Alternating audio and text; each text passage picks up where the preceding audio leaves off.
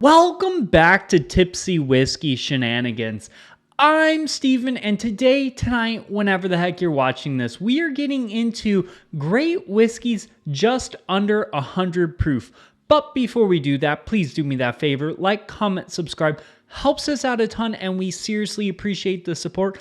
But let's get in today's video. So today we are talking about whiskeys just under 100 proof. As far as the criteria for this video, it's pretty much open-ended except for proof. I kind of went on the realm of findable and American whiskey just because there's so much Scotch that's fantastic under 90 proof. But American whiskey, it's a little bit harder to find great stuff under 100 proof. I mean, at least for me, I'm kind of a proof whore, so I usually go higher in proof. I don't have that many under 100 proof whiskeys, it turns out, because making this list, I have a lot of 100 proof and 100 proof plus. So this one was a little bit harder than your average list to make, but these are in no particular order, just great whiskeys that are under 100 proof. So anything 100 proof does not fit in this. And again, they're all American whiskeys because, well, American whiskey. That's where I live. That's where I breathe. Scotch can go suck it. I do like Scotch though. So up first, Doc Swenson's. Another Doc Swenson's that has made a list. This one is the one that made me fall in love with Doc Swenson. So this is going to be their Alter Ego. Alter Ego is a triple cast finished bourbon. It is finished in sherry and cognac. It's an MGP blend that's basically finished, and it's freaking phenomenal. A little bit on the pricier side, not gonna lie. In my area, it's around like 60 some bucks, and it's like a 95 proof MGP finished blend. That being said, it is freaking fantastic. It is MGP with extra fruitiness and kind of like fall flavors. There's nothing to hate about it. It's absolutely lovely. And 400 proof, you're not gonna get better blended MGP than that bottle. That is the best sub 100 proof MGP I've ever found as of yet. Me personally, that's the best I've found. Then after that, 1792 single barrel. Absolutely love this stuff. I've heard a lot of like hit and miss stuff with these whole 1792 single barrels. Me personally, this is the only one I've ever had, and I love this 1792 single barrel. This is like the small batch, similar flavor profile, but just better, a little bit more intensified, a little bit more rich of a flavor profile, but it's still just 1792 killing it. Just 1792 small batch. If you cranked it up a little bit and kind of set it on its way, it is. So 1792 small batch is like 45 or something like that. This stuff is 49.3%, and it's freaking awesome. I enjoy the heck out of this single barrel. And again, I've heard a lot of like hit and miss type stuff where some people say like they're bad, some people say they're good. Me personally, I'm on the side of they're good, but again, this is the only single barrel I've had. So, you know, be aware of that. There might be some good and bad single barrels out there. I've had a good one. If you find a good one, totally worth it. But if not, you know, might be worth it to look somewhere else. Then after that, Still Austin bourbon. Love the heck out of Still Austin. I prefer their cash strength if we're being completely honest, but for under 100 proof bourbons, this is fantastic, especially for Texas, because Still Austin does this really, really awesome thing where they're kind of Texas, but like Kentucky also. I mean, they're entirely made in Texas. They're Texas bourbon 100% of the way. But the way they make their whiskey, it's not super Texas-y. It's not as intense and like dark and insanely just like Texas compared to a lot of other Texas distilleries. To me, this is like a really well done bourbon that kind of shares like if you blended a Kentucky whiskey with like a Texas whiskey, you would get Still Austin. And this is freaking incredible. It's like 40 bucks, and it is, what is the proof on this? 49.2, so just under that 100 proof mark. But again, a super crushable, very brown sugary bourbon that's like not freaking aggressive or anything, but it still has a little bit of that like Texas-y intensity that if you like Texas, you're going to love it. But if you like Kentucky, you're still probably going to like it. And then after that one, a fan favorite of mine, Maker's 46. This is awesome. I am not a huge fan of wheated whiskeys usually. Wheated bourbons ain't my jam. Usually they're too soft. They have a little bit of a funkiness on them. But this one, they do this and all their finishing stuff. I know this is kind of like their only like low proof stay finishing type thing, but I like this bottle so much because they finish it in French oak staves. So it gets kind of like French oak for some reason gets like a more peppery type whiskey flavor profile on it. And because of that, it kind of balances out like that softness and that sweetness that you get with the wheated bourbon, with like this like peppery, spicy, almost like kind of rye forward characteristic that makes it a really, really approachable, but also very interesting bourbon at the same time. Love the heck out of that bottle. That is a bottle that kind of turned around wheated whiskey for me. And then after that, another one you've been seeing a lot of recently, Redwood Empire, Lost Monarch.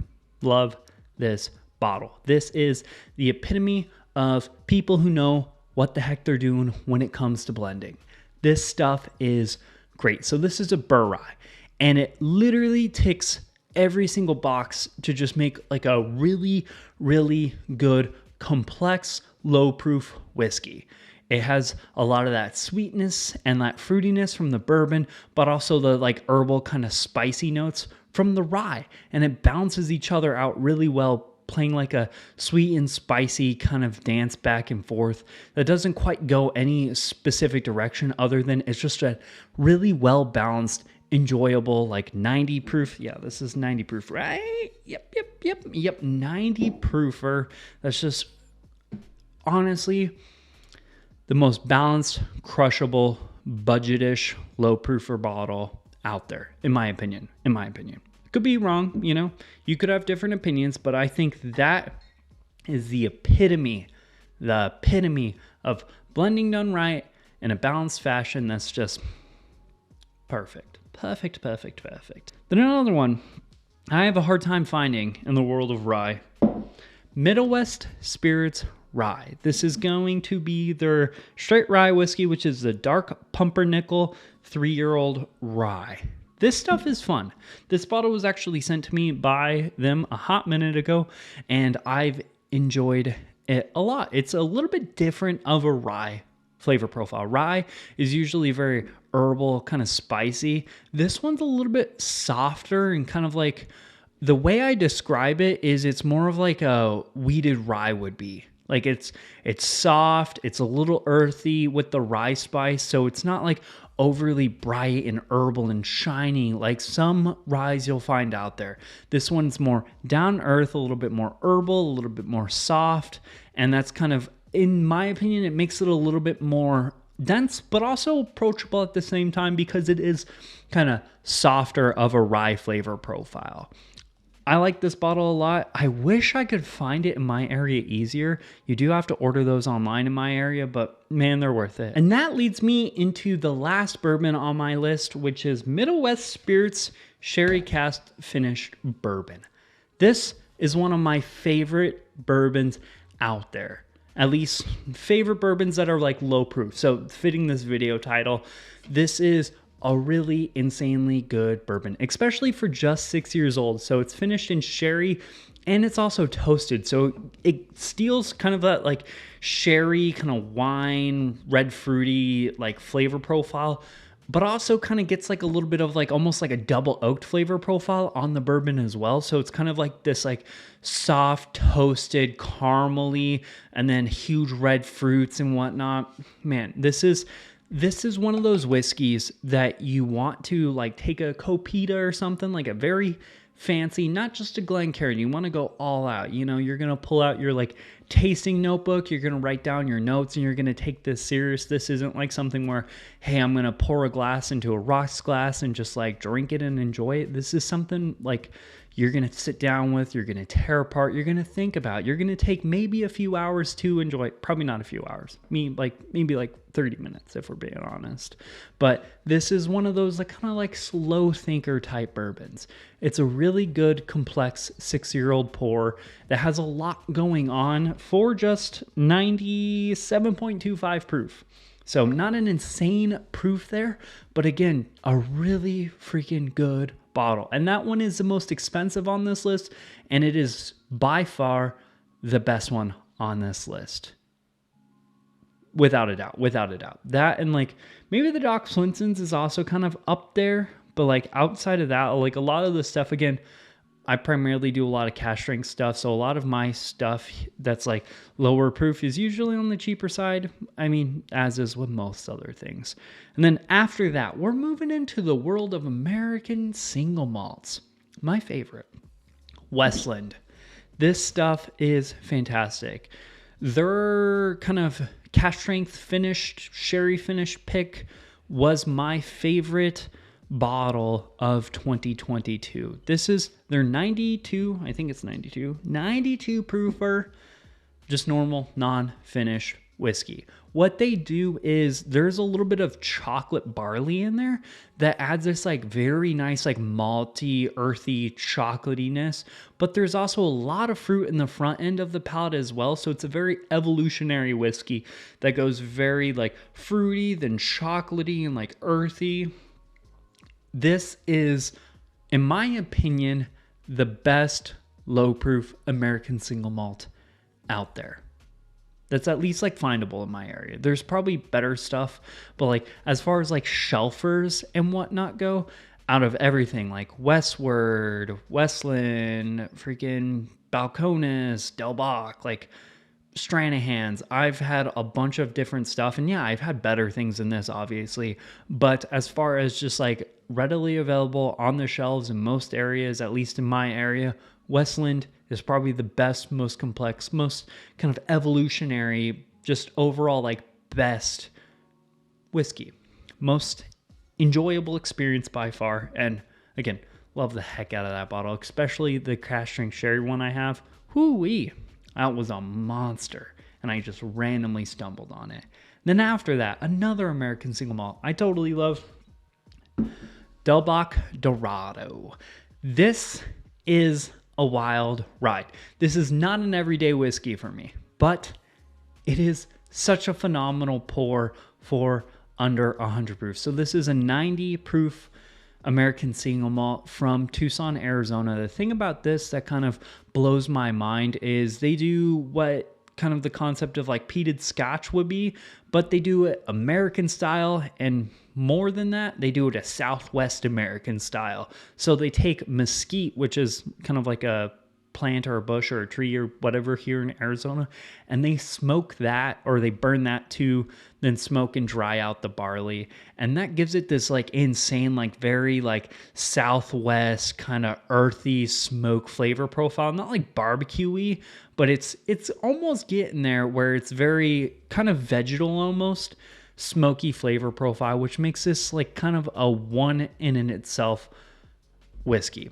Honestly, I've had a lot of American single malts, and I haven't had a single one that tastes just like this stuff. And their picks of this, wild, lights out, crazy stuff. So I enjoy the heck out of Del Bac, and I mean, I'm also an Arizona kind of guy, so, you know, got to represent the local stuff.